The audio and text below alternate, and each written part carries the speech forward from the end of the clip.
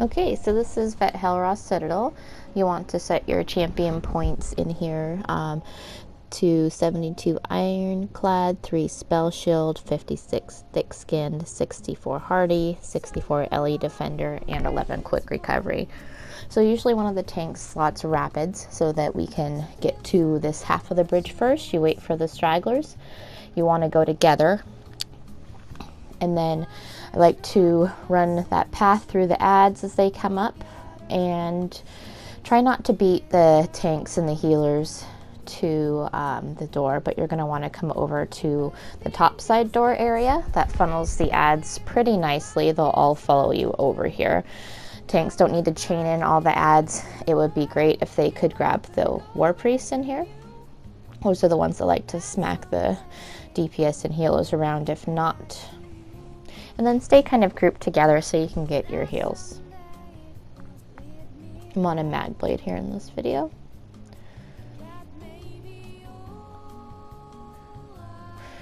And they will keep coming. There's quite a bit of ads here. Flame Shapers come out. Those need to be bashed. Tanks can interrupt them with deep breath. Forgot to put on my shield, so there we go. Okay, so this is the first boss. Rokkaku. The off tank grabs the ads and stacks them near the boss, and the main tank will just tank them right over here by a tree. It's a good place. So most importantly for this, everyone wants to hold still, because the more you move, the more those wind gusts come out. You only want to move if there is more than one gust on you. It looks like we've got a dancer in the back. That is definitely not ideal. You want to be holding still. And the thing with this is Rokkaku has a really big hitbox, so you don't even need to be that close. I'm able to keep up Soul Harvest for MA from this far back right here. We happen to have 6 melee DPS in this group, but you can split 4 range for melee if you'd like. The tank turns the boss away so he doesn't hit people. So he's getting ready to spin. He does that between 35 and 30%, so that's the spin right there, and it looks like the melee did not back up far enough, so that's what happens. You pretty much instantly die. He'll probably spin about 1 more time before he dies on this. Tank needs to keep up block on this boss. And you can see there's a lot of gusts going out. Okay, so here we split to top and bottom. It doesn't really matter who you send which way now because there's no more lightning staffs in here. Okay, so I happen to have just myself as the range range mag up here, and then we have a mag decay, a stamps orc, and one other one, I forget who, one up top, but it's a stam, so it's totally fine. So you want to pull that switch so the bottom can get through to their gargoyle. Down there, just fighting a couple gargoyles, ads, and then their boss down below. You will wipe if you don't beat both of them. The destroyers up here are trying to do cleaves, and those circles, you'll want to block those so you don't get thrown or so you don't get hurt. Try not to stand in the archer's cone AoE. You can send the IA Mending healer up there, or you can do Olo Jorvold's healer. I've done both ways. It doesn't seem to make a huge difference now. Our off tank went through the floor somehow in the lovely glitch. So just kicking her real quick because she can't come back, and then re-inviting her. That's a trick in case somebody gets glitched somewhere. So we're just waiting for her to get back. So downstairs they're fighting the rooms. They're waiting for us to open the next switch. We're just crouching and waiting for her to get back. So downstairs the boss down there is a range bow boss with some Welwas, and the Welwas you can usually just burn in group. And the tank holds the main boss down there. So we just pulled the second switch. Now they can get through to the room with ads. Here we have some ads up here. We'll have a couple of gargoyles. The tank wants to hold mostly the destroyers. and the gargoyles. You do not want to stand in the gargoyle pound.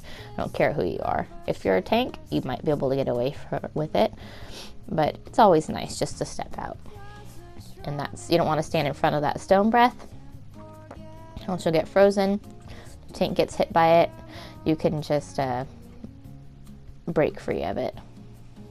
So you can see I dodge rolled out of that pound.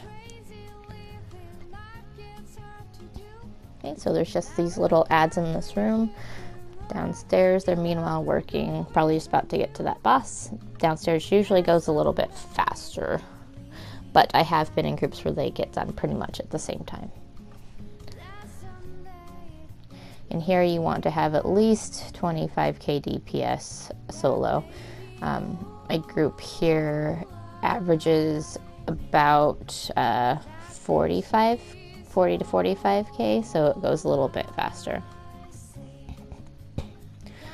Okay, so these ads, you want to take care of them first, and then the boss will come out. You can assign people to bash the copies of the boss when they come out, or you can just have the tank take care of them, because they're not really going to have to worry about doing much up here anymore. There's no point to even try and move anybody. You're just going to attack the boss that doesn't have the copy that doesn't have a shield on them, which is the real boss. Other ones will go away one by one. They do that flame shape thing, impulse, which you'll need to block if you're not close to bash and someone needs to bash, or someone can slot crushing the tank, or crushing shock like the tank can. Okay, so you can see I'm checking to see which one, and then we're going over here. You want to block those meteors. It looks like a few people did not block the meteors. If you're a vampire up here, stage 4, it's going to hurt you a lot more. I happen to be stage 4 on my vampire, but I am blocking everything, including the impulses. So it's just going to keep splitting. Try not to stand too much on top of each other so the meteors don't get super stacked. But most importantly, you just need to block the impulses, bash those, and block the meteors. Don't stand in the fire afterwards. So stam, you need to make sure you're getting in all your light attacks so that you can keep your stam up to block. And it'll be random, whoever it goes, which one is the real boss. Definitely try not to get in 2 meteors.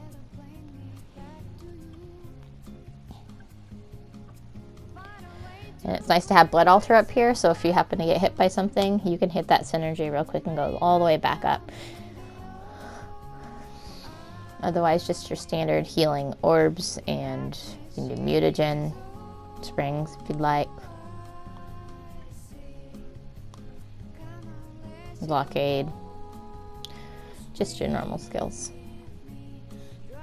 And you're going to want to do full rotations.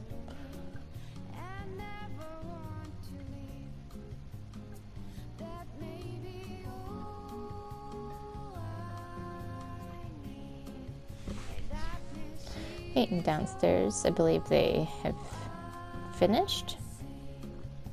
So they're just waiting so they can go through the gate.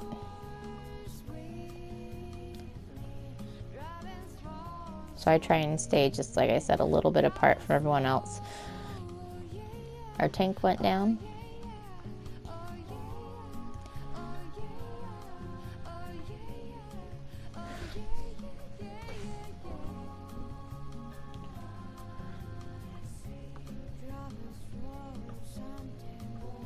Okay, and I'm waiting to res until we're not getting impulses from everybody. So now there's just the one, now I'm gonna res. And I believe that's a stamped in. That was our 4th person. Okay. And anybody can bash, but it's nice to have the off tank focus, or excuse me, the tank focusing on doing that.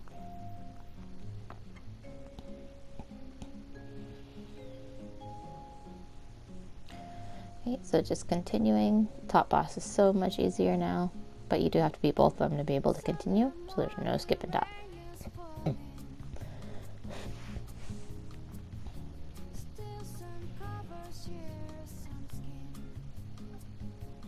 Since I'm ranged, I can stay back a little bit so I can give room to the melee. Okay, so now we're all going to meet downstairs. At this point, usually you build ultimate on this ad over there. So not your full rotations, but just trying to get your ultimate up.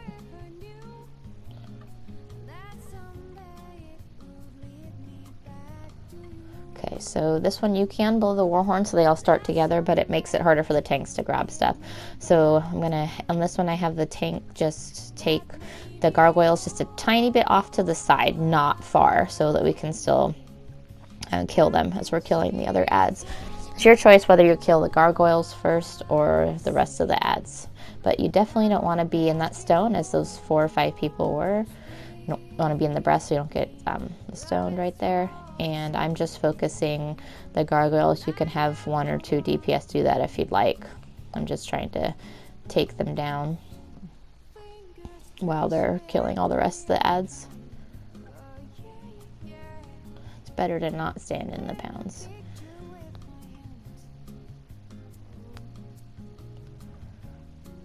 See, I dodge rolled out of the breath there. And now we just have this one war priest. Usually the war priest isn't separate, but it was probably going that way and accidentally got taunted. As a general rule, I usually save chests and heavy sacks till after the trial's over. This one we were practicing some techniques for to help people with survivability. So we're trying to go a bit faster too. But in this next room, as long as you don't touch the water, you should be able to loot around. If you start the fight first, then you won't be able to get these chests and heavy sacks. So if you're looking for your AY dagger still, I suggest you open these before you start the fight. Start stepping in the water or getting too close to the boss is what's going to start the fight. Okay, so this one we're on the side right over here of damage pool. So if during the first part of the fight, it's going to be active. It says increased damage dealt. So we stand at the front of that, and the tank will tank the boss facing away from the group on that podium. And we're practicing having everyone really stacked because we went through right after this and did a hard mode.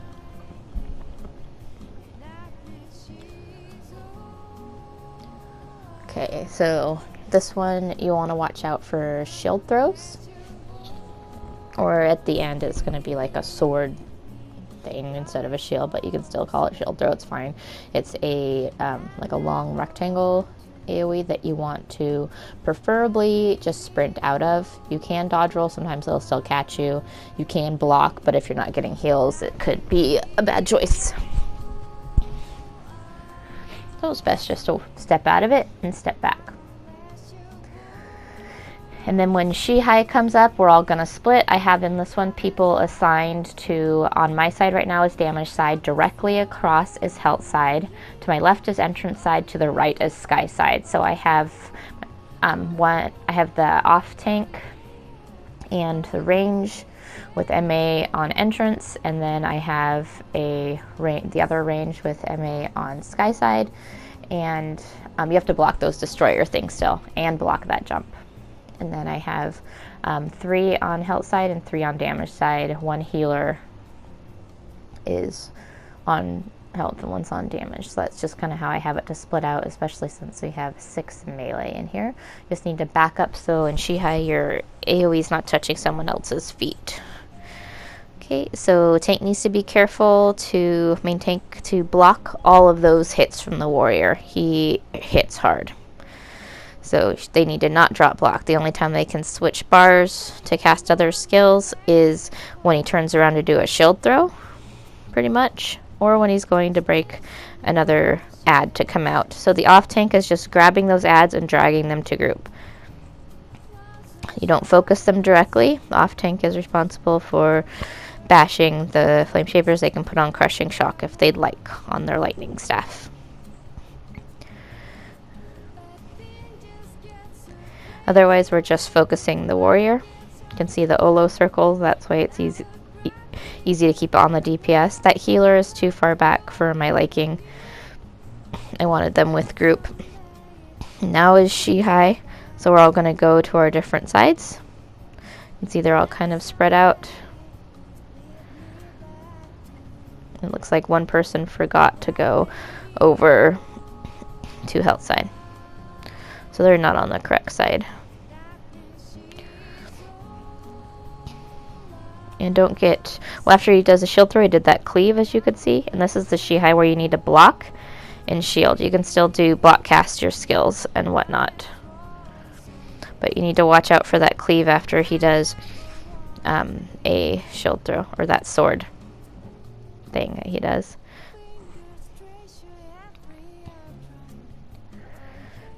Okay, so they're spaced out just a little bit too far, but it's still okay.